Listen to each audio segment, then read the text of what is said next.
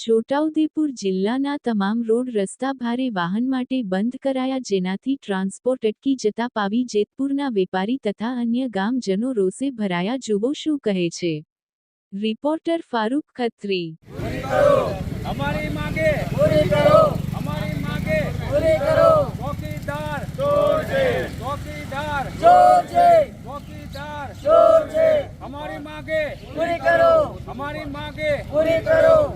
भ्रष्टाचार दूर करो, भ्रष्टाचार दूर करो, भ्रष्टाचार दूर करो. છોટાઉદેપુર જિલ્લામાં આ નેશનલ હાઈવે 56 ઉપરનો ડાયવર્ઝન બીજી વખત તૂટી ગયો. જે 4.5 કરોડ રૂપિયાનો હતો એ પહેલાં પણ તૂટી ગયો. ત્યાં નાળું બેસી ગયું અને અહીંયા વિદ્યાર્થીઓ પરેશાન છે, વેપારીઓ પરેશાન છે, ખેડૂતો પરેશાન છે. દરેક આવજા કરનારા બધા જ પરેશાન છે. પણ આ પ્રકારની સ્થિતિ થઈ તો પણ અહીંના સાંસદ જસુભાઈ અને ધારાસભ્યો આજ દિન સુધી આ ડાયવર્ઝન જોવા માટે આવ્યા નથી, નાળું તૂટી ત્યાં જોવા માટે આવ્યા નથી. એટલે અમે આજે આ બોર્ડ મારીને એમને અહીંયા આવવા માટે સ્વાગત કરીએ કે અહીં ખબર અંતર પૂછવા તો આવો, તમે ચોકીદાર છો આ જિલ્લાના, આ લોકસભા વિસ્તારના, વિધાનસભા વિસ્તારના. તો ચોકીદાર અહીંયા આવે અને પોતાની ચોકીદાર તરીકેની જે ફરજ છે એ અદા કરે. એટલા માટે અમે અહીંયા આજે આ દેખાવ કર્યો છે અને આનાથી અમે આજે ધારાસભ્ય અને સાંસદ છે એમને કહેવા માંગીએ છીએ કે લોકો ખૂબ પરેશાન છે તમારી નિષ્ક્રિયતાના કારણે. એટલે તમે આવો ત્યાં તમે કોઈ સભામાં જઈને લોકોનો જે વાંક કાઢો છો કે લોકો વિડીયો બનાવીને મૂકે છે એનાથી તમને તકલીફ થાય છે. નળ સે જલ બાકીની બધી યોજના તમારી ફેલ ગઈ છે. તો એ અમે એમને કહેવા માંગીએ છીએ અને એટલા માટે આ કાર્યક્રમ કર્યો. સૌ જાહેર જનતાના હિતમાં આ એક જેતપુર પાવીનું ગરનાળું જ્યારે બેસી ગયું છે, સિહોદનો ભારત નદી પરનો બ્રિજ 2 થી 2.5 વર્ષ પહેલાં એના તૂટીને ટુકડા થઈ ગયા. એના પછી 2 વાર જ્યારે ડાયવર્ઝન બનાવવામાં આવ્યા 7.5 કરોડના, બંનેના રૂપિયા પાણીમાં ધોવાઈ ગયા. અને એ ડાયવર્ઝન આપ્યા પછી એ ડાયવર્ઝન તૂટી ગયું અને જેના બદલામાં જે ડાયવર્ઝન 30 કિલોમીટરનો ફેરવ આપ્યો છે ત્યાં 1 ફૂટના ખાડાઓ પડી ગયા છે.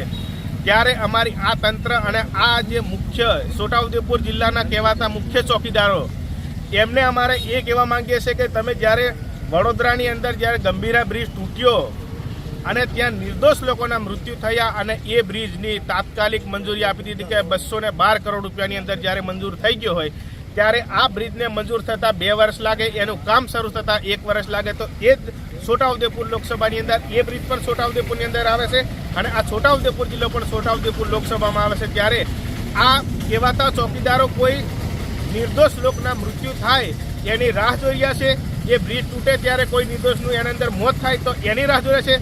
તમે તમામ બ્રિજનું સર્વે કરાવી તાત્કાલિક એનું ડિમોલેશન કરી અને નવા બ્રિજો તાત્કાલિક મંજૂરી મળવા જોઈએ. અને જો તમારી ઓકાત અને તાકાત ના હોય તમે ચૂંટાયેલા પ્રતિનિધિ તરીકે તો તમે રાજીનામું આપી દો.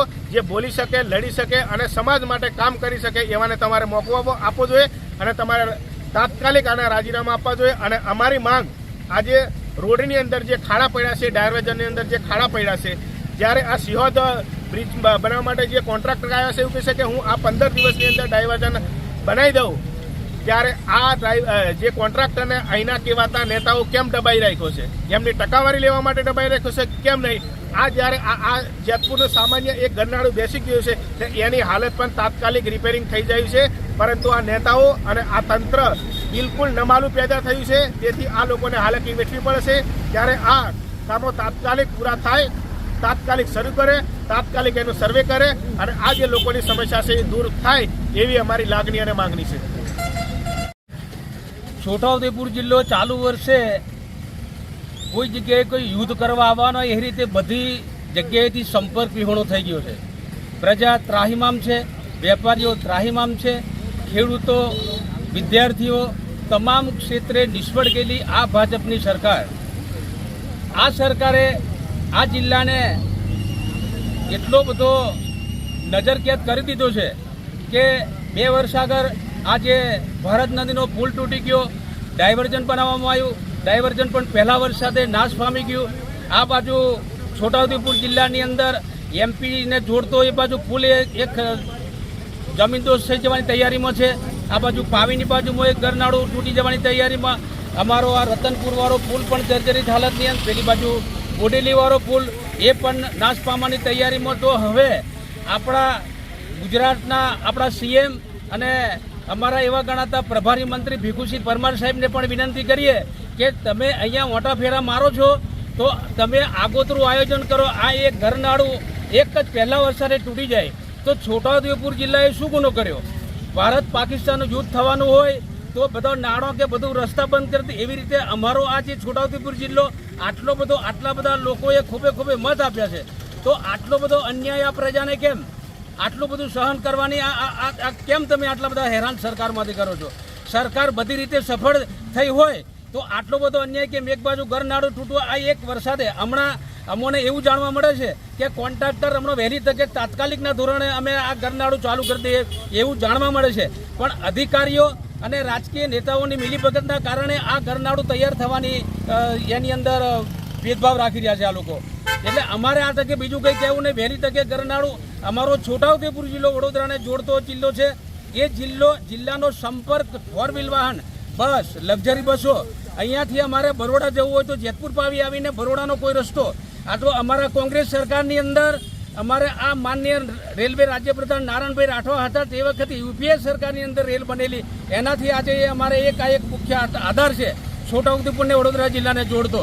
એટલે આ તકે અમારે એક વિશેષ એક જ વસ્તુ કહેવી છે કે અમારો સંપર્ક વડોદરા જિલ્લામાં ચાલુ થાય, ઘરનાળું વહેલી તકે ચાલુ થાય, ભાગેલા તૂટેલા ઘરનાળા વહેલી તકે રિપેરિંગ કરી અને પ્રજાને ન્યાય મળે એવું કામ સરકાર કરે એવી વિનંતી છે. નિવેદનો તો બહુ થયા, હવે આ છેલ્લો પ્રયાસ બાકી હતો એમને બોલાવવાનો, એ કરી રહ્યા છે અમે. અને વધુ નહીં કહેતો, પણ આ જે ડ્રાઈવર્જન છે એને તાત્કાલિક ધોરણે ચાલુ કરે એવી જ અમારી માંગ છે. કરવું હોય ને તો બધું અઠવાડિયાની અંદર બી થઈ જાય એવું છે, પણ આ સરકારની નીતિ જ કંઈ અલગ છે કે જે છોટાઉદેપુર જિલ્લો ટ્રાઇબલ બેલ્ટ આદિવાસી વિસ્તાર છે એના માટે ભોગવી રહેલા છે એવું લાગી રહ્યું છે અમને. કોન્ટ્રાક્ટરો અમને એવું જાણવા મળ્યું છે કે 3 થી 4 દિવસની અંદર અમે આ ડ્રાઈવર્જન ચાલુ કરી આપીએ, પણ આ અધિકારીઓ અને આ નેતાઓ છે ને એમને વર્ક ઓર્ડર આપતા નથી. એવું વાયકા ચાલુ રહી છે, લોકવાયકા. એના લીધે અમે એ બી ખાસ કહેવા માંગીએ છીએ કે એનું તાત્કાલિક એનું નિવારણ આવે.